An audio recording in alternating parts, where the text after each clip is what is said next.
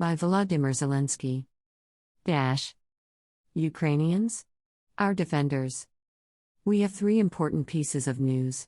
First, the European Union is gradually moving towards the implementation of the sixth sanctions package. Frankly, achieving this is very difficult. Because this sanctions package is primarily about oil. Finally, the world is giving up Russian oil. Moreover, other countries, which produce much better and lighter oil, are preparing to replace Russian supplies. Therefore, huge revenues are lost for the aggressor state in this sphere. Of course, Russia is constantly trying to counter this.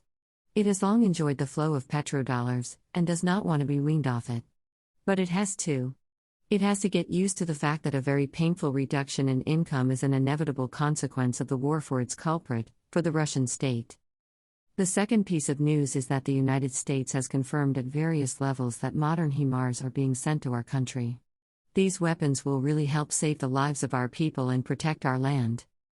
I am grateful to President Biden, all our American friends, and the people of the United States for their support. We are looking forward to it. We also expect good news about the supply of weapons from other partners. For example, today we have a new package of defense aid from Sweden. I am very grateful to the leadership of this state. We are working to bring the supply of modern combat systems to a much higher level. Third, more and more embassies resume their full-fledged activities in Kyiv. As of today, there are already 50 of them. This is very important not only in practice, for the work of diplomats, but also on a symbolic level. Every new embassy that returns to our capital is a testament to the faith in our victory. Faith that Ukraine will be able to defend its statehood in this war unleashed on our land by the Russian Federation. A new and, I think, very important and beautiful tradition was launched today. From now on, the ceremony of presenting credentials by ambassadors of foreign countries who start their mission in Ukraine will take place not just in Kyiv, but on the territory of our St. Sophia Cathedral.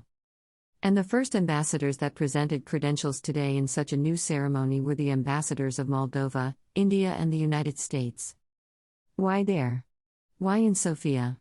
Because it is the sacred, historical, and statehood center of our people. Receiving the credentials of the ambassadors there, we demonstrate who the Ukrainians are, what we are and what is behind us. We hereby express our highest respect to the representatives of other nations. We open up to them. And at the same time we show that we expect from them the same respect, the same sincerity to the Ukrainian people, to our interests and to our history. Immediately after the ceremony, I spoke with the new ambassadors. Impressions are good. I hope for productive work. Today there were two important addresses, to the Luxembourg Parliament and to the participants of the Security Forum in Bratislava, which was attended by President of Slovakia Zuzana Čaputová, President of the European Commission Ursula von der Leyen and other friends and partners of our country. Of course, the key task is still to accumulate maximum support for Ukraine. First of all defensive, financial and, of course, political. Almost every address leads to increased assistance to our state.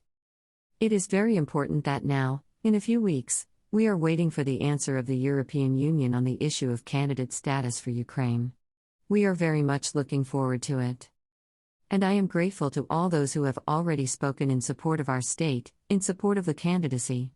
In particular, in response to my requests and appeals to the parliaments of different countries, forums, student and expert communities, people in the squares of various European cities who rallied in support of Ukraine, in support of our people.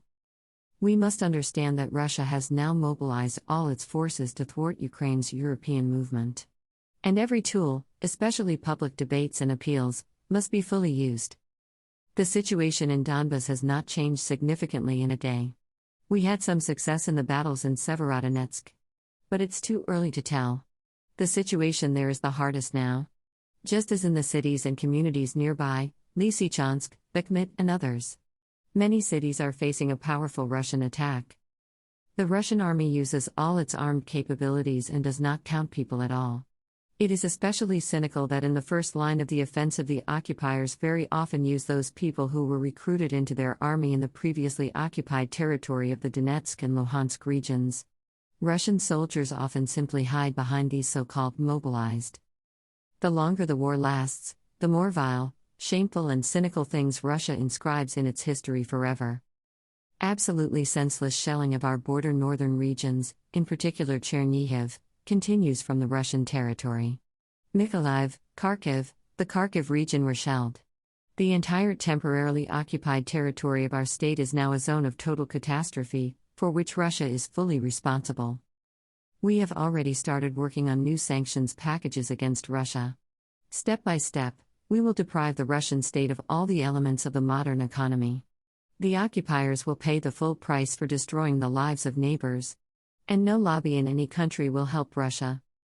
Today I signed a new decree on awarding our defenders, our heroes.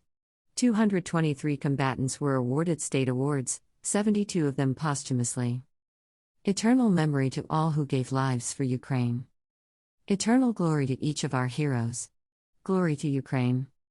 At View's exclusive rights, Volodymyr Zelenskyy, President, Ukraine addresses the nation to mark 100 days of war declared on it by Russian President Vladimir Putin since February 24, 2022.